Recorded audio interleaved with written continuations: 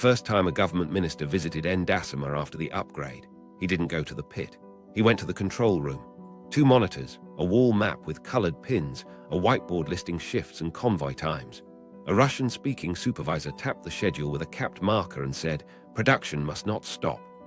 The minister nodded, smiled for a photo, and left with a gift bag that smelled like diesel. The pit didn't need speeches. It needed trucks to keep moving. To understand how a mine rewires a country, start with the road. Before the expansion, that laterite ribbon was a rumor during rainy season. After it, graders arrived. Drainage ditches appeared. A checkpoint went up where the road kinked past a village well. The men there weren't gendarmes. Their radios didn't crackle with the state's call signs.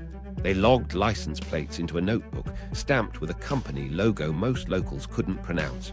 If your cargo matched their list, the barrier lifted.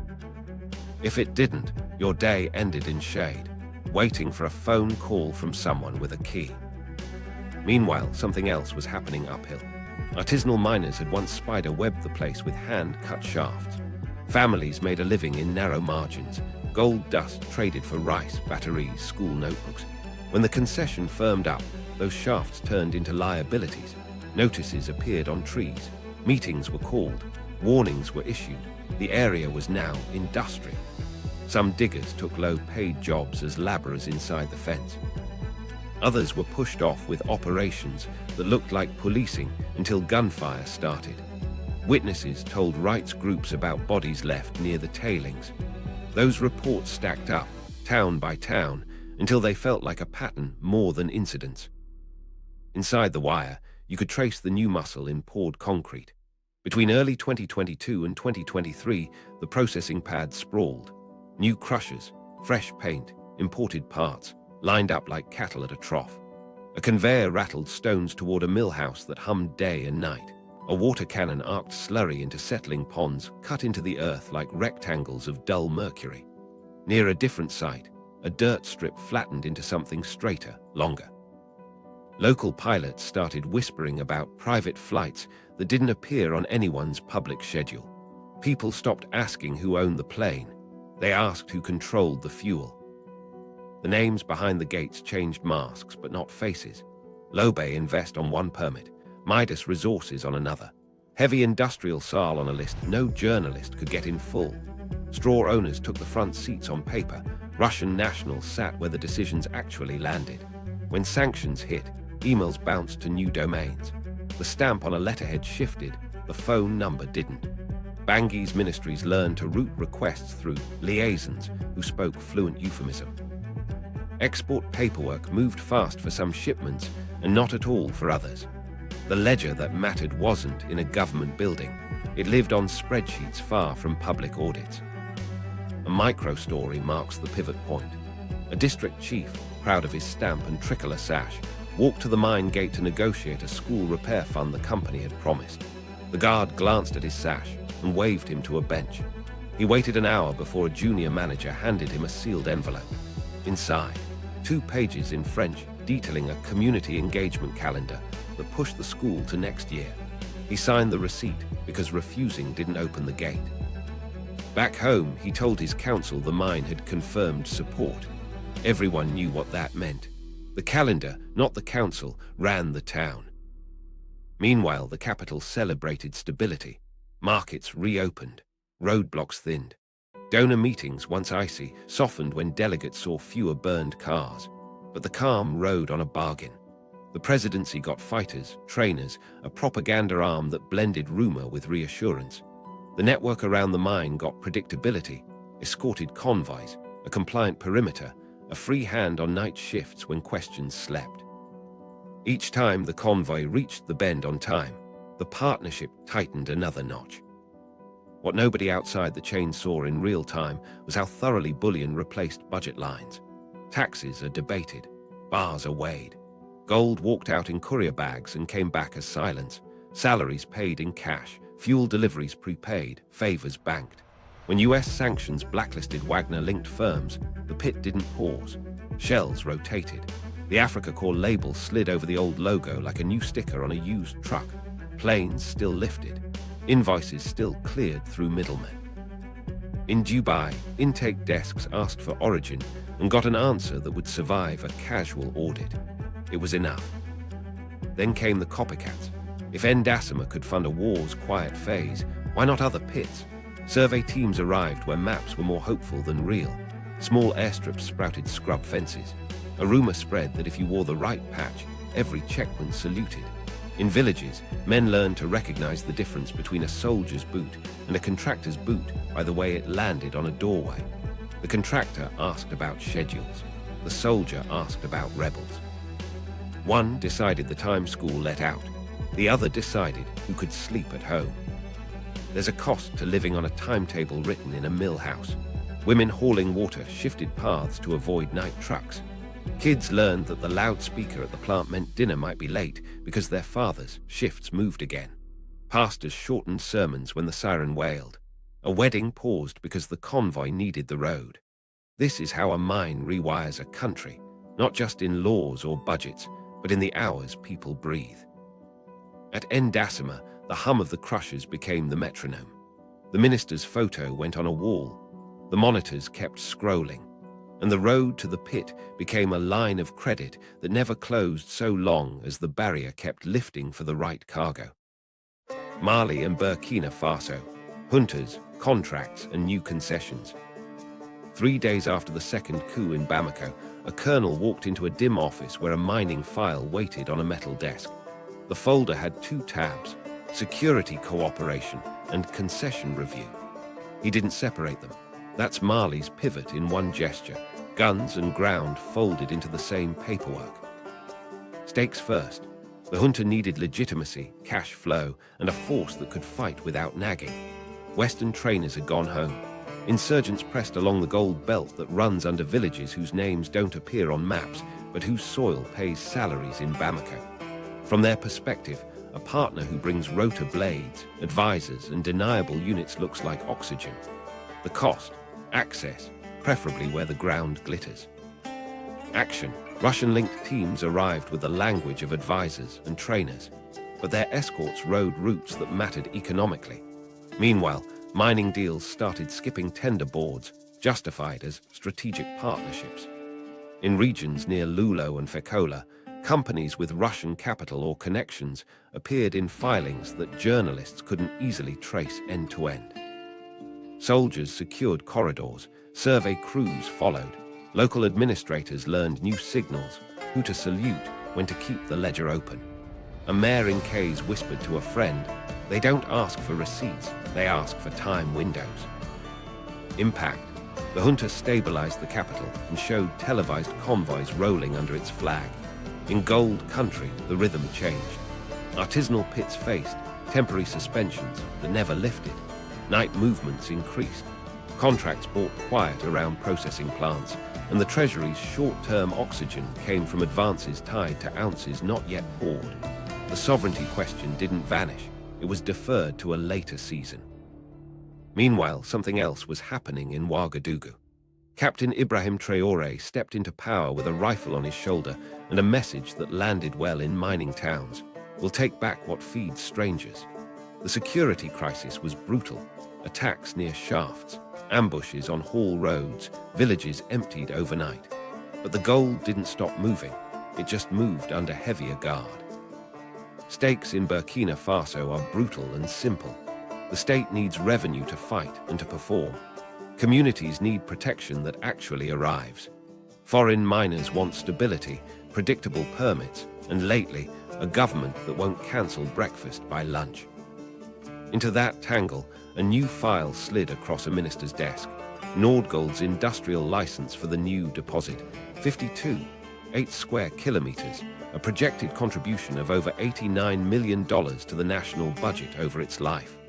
On paper, a win. On the ground, a wedge. Action. The government began talking in 2 voices at once. One promised national refining, local beneficiation, and tighter control over exports. The other signed off on industrial projects that could bring heavy kit and jobs fast. In gold belts stretching from the central plateau toward the Sahel, soldiers took over roadblocks. A viral clip showed troops standing on the Jibbo Greenstone belt, declaring it secured. Off camera, Fixers called buyers in the UAE to adjust schedules because escorts had new rules. Impact. Foreign headlines framed it as a gold revolution. In towns near future pits, the change felt more like a new landlord. Some artisanal crews were told to register for cooperatives. Others were pushed beyond perimeter stakes. Talk of a national refinery lit up radio shows. If Burkina pours its own bars, maybe the margin stays. But refining doesn't erase who guards the gate. If the army's presence unlocks concessions that trend toward foreign balance sheets, control feels performative unless communities see cash, clinics, and contracts that stick. Here's the hinge between Mali and Burkina. Both bet that sovereignty can be rebuilt while partnering with actors who prefer opacity. In Mali, the bet rides on Russian-linked security and the business shadow that follows. In Burkina, the bet rides on a nationalist message paired with selective openness to Russian miners and any investor willing to move under fire. In both, the timeline pressures every decision. Tomorrow's attack decides whether today's contract survives. A micro-story lands the risk. A Burkinabe foreman near New kept a ledger in pencil because ink felt too confident. One morning, soldiers told him to hold trucks for a sweep.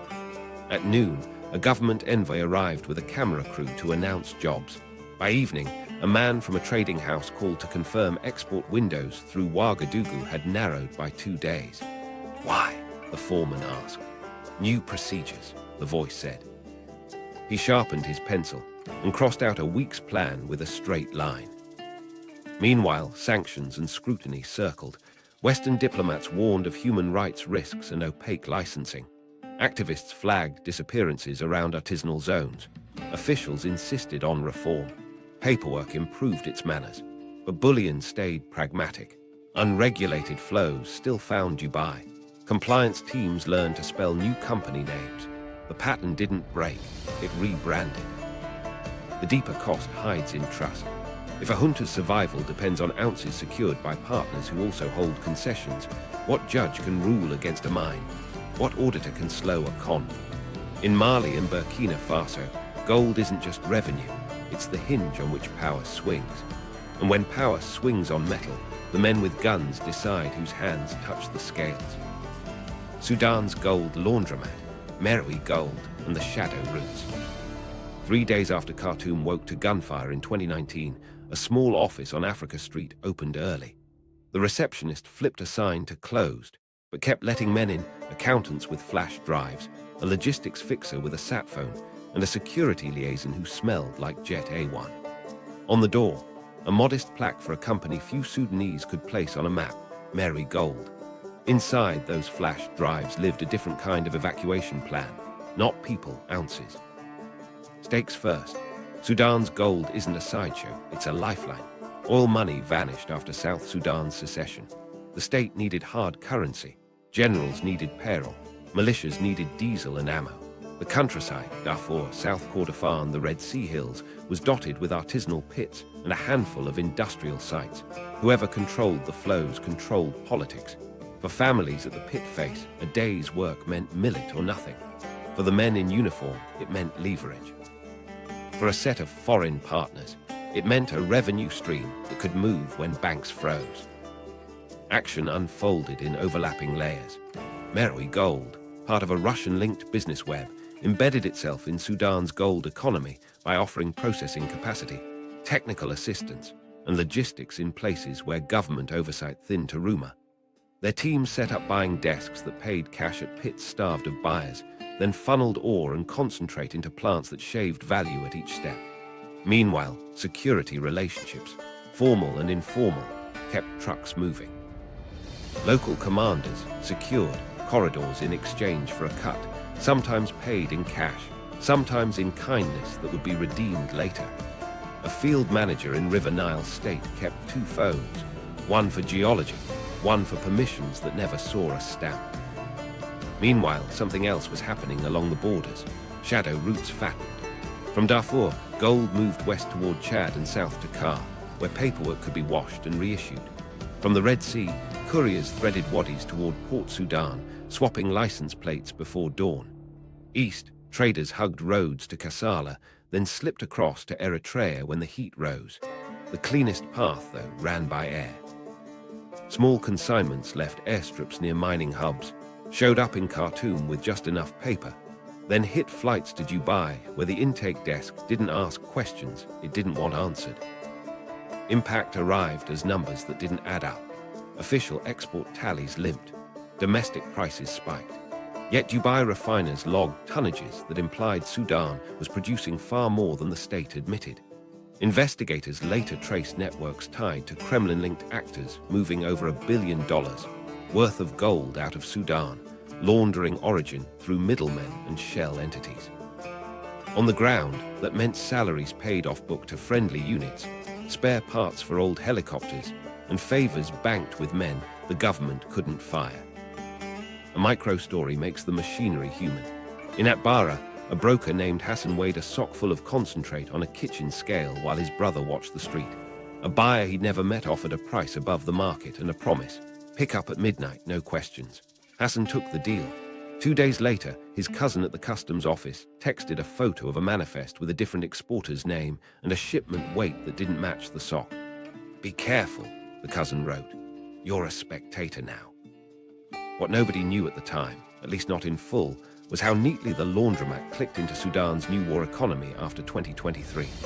As army and rapid support forces split the capital into hostile grids, mining zones became piggy banks with rifles. Units aligned with whoever secured their district. In some towns, RSF men appeared at buying offices. In others, army intelligence took a seat near the scales. The gold still moved. It just changed escorts. Meroe's footprint didn't vanish. It adapted. New intermediaries, different license holders, the same routes. Sanctions tried to bite. The US Treasury listed Meroe Gold and affiliates, signaling banks and traders to step back. A few did. Compliance teams flagged shipments. Some couriers paused. But bullion flows bend, they don't break. Shells spun up in new jurisdictions. Ownerships shuffled to cousins of cousins. In Dubai, intake desks updated checklists and logged the bars. If asked, an exporter could produce a folder thick with stamps from a provincial office that hadn't had electricity all week. Meanwhile, communities at the pits paid in blood and silence. In Jebel Aimer, gunfire decided who dug. In Jeddah, a father sold his motorbike to buy his son a spot on a crew that would be extorted twice before payday. In the Red Sea Hills, a convoy detoured around a village clinic because the shortcut saved an hour and the buyer's plane wouldn't wait. The laundromat wasn't just a financial machine. It was a map of who mattered and who didn't. Here's the hinge. In Sudan, the laundromat connects war to wallet without passing through a parliament. If a refinery receipt in Dubai can substitute for a budget in Khartoum, then the men who move metal outrank the men who write laws. That's why Meroe Gold matters beyond any single shipment. It turns a resource into a private tax and then spends it on a conflict that guarantees the next load will also need an escort. The smuggling spine, from bush airstrips to Dubai refineries. Start at dusk when the heat drops and the radio's clear. A Toyota noses onto a laterite strip carved from scrub, headlights taped, beds stacked with olive ammo cans that don't carry ammo. Each can holds river-washed concentrate, zip-tied in grain sacks, double-bagged to mask the scent of chemicals. 2 men in mismatched uniforms step from the thorn line. One checks the plates, the other checks his watch. The plane is late. The mine doesn't care. The schedule does. Stakes first. This is the spine that keeps the whole body moving. Quiet airstrips, dirt roads, border cut-throughs, and couriers who know which checkpoint commander likes menthols. If a single leg breaks, cash dries. When cash dries, loyalties loosen. That's why the spine is layered. Redundancy is policy. If the strip is flooded, the convoy runs. If the road is hot, the bike courier takes the footpath with a saddlebag of stones and a letter from a colonel who never writes letters.